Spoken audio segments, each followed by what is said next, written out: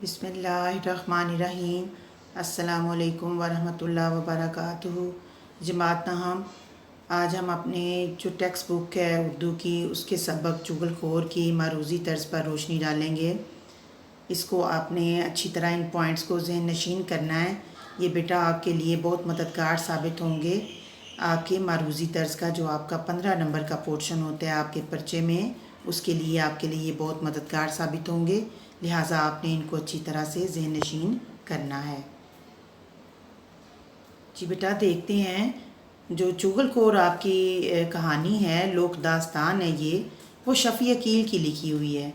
शफ़ी अकील की पैदाइश 1930 में गांव थीना में हुई और उनकी वफ़ात 2013 में कराची में हुई।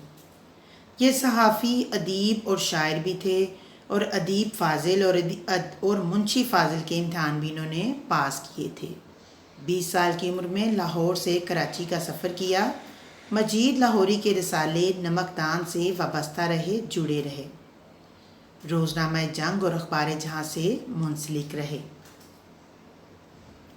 उनका काम ज़्यादातर लोक दास्तानों पर मुश्तमिल है।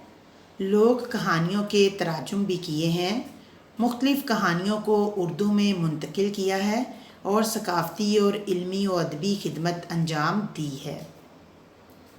पंजाब रंग पर इन्हें राइटर्स गिल्ड की तरफ से इनाम भी मिला। जबकि बेटा लोक दास्तान जिसे कहते हैं, वो मैंने आपको पहले पिछली वीडियो में भी बताया था कि लोक दास्तान ऐसी कहानी होती है जो कि नस्ल दर नस्ल चलती हुई सीना बसीना एक दूसरे से मुंतकिल होती है। उसको लोक कहानी भी कहते हैं, लोक दास्तान भी कहते हैं, और इसका कोई राइटर नहीं होता। इनकी तसानीफ़ व तालीफ़ात क्या हैं? तसानीफ़ आपको पता है वो किताबें जो लिखी जाएं, और तालीफ़ात जिनको तालीफ़ की जमा जिनको तरतीब दिया जाए। इनकी जी तसानीफ़ और तालीफ़ात कौन सी हैं? पंजाब की लोक कहानियाँ, पंजाबी लोक दास्तानें, चीनी लोक कहानियाँ, जापानी लोक कहानियाँ, ईरानी लोक कहानियाँ, पैरस फिर पैरस है, मजीद लाहौरी, अदबी मुकालमे और हमारी मंजिल गाजी या शहीद शामिल हैं। ये कराची में मुकीम रहे और रोज़नामा जंग में बतौर सहाफ़ी अपनी खिदमात सरअंजाम दी। अगले वक्तों में एक चुगलखोर था। किन वक्तों में? अगले वक्तों में। चुगलखोरी की आदत से इसे नौकरी से हाथ धोना पड़े। कुछ रोज़ जमा पूंजी पर गुजारा किया। इस तरह इसे इसकी नौकरी छूट गई और उसने क्या किया, कोई भी गांव में उसको अपने घर में नौकर बनाने पर राज़ी नहीं था, कोई भी नौकरी देने पर राज़ी नहीं था। तो उसके पास जो अपनी जमा पूंजी थी वो भी ख़त्म हो गई। अपनी आदत पर वो 6 माह तक जबर करता रहा। कोड़ी का जिस्म नमकीन होता है। और किसान की बीवी को चुगलखोर ने कहा, किसान को कहा कि तुम्हारी बीवी पागल हो गई है, और बीवी को कहा कि किसान कोड़ी हो गया है।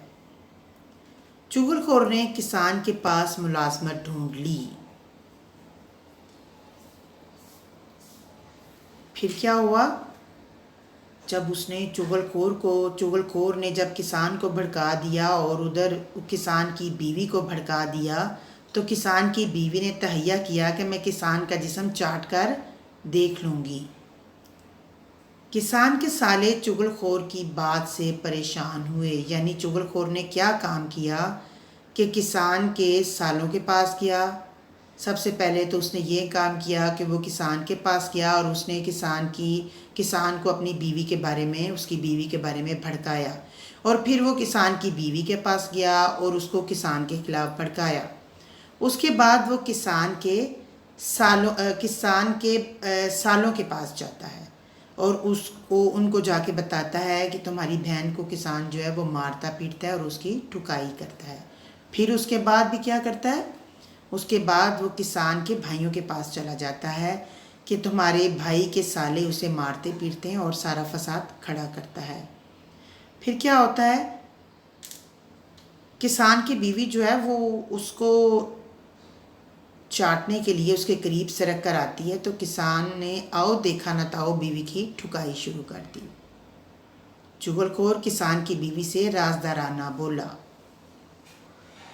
یعنی کہ بڑے رازدارانہ طریقے سے اس نے کسان کی بیوی کو قائل کیا کہ تمہارا شوہر جو ہے وہ کوڑی ہو گیا ہے۔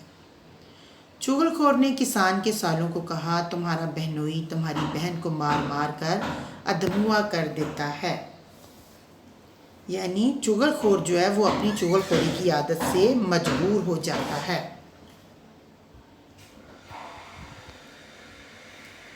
کسان کے سالے اپنی بہن کی پٹائی کا سن کر تل ملانے لگے۔ چغل خور کا کسان کے بھائیوں کو روحانسا منہ بنا کر بتانا۔ راز کھلنے پر سب چغل خور کو تلاش کرنے لگے۔ فصل پکنے پر کسان 2 روز سے گھر نہ گیا، یعنی کہ کسان کے پاس جب اس نے نوکری کی تو اس نے عجیب شرط رکھی۔ شرط کیا تھی کہ مجھے مہینہ کچھ نہیں چاہیے، مجھے بس 6 ماہ کے بعد اپنی چغلی کھانے کی اجازت دے دو۔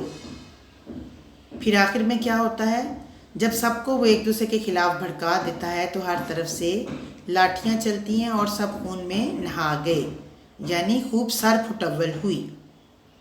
اب یہ کس کتاب سے لیا گیا ہے؟ ماخذ اس کا کیا ہے؟ پنجابی لوک داستانیں۔ جی بیٹا امید ہے یہ MCQs آپ اچھی طرح تیار کر لیں گے، یہ آپ کے لیے امتحان میں بہت مددگار ثابت ہوں گے۔ جی بیٹا اللہ حافظ۔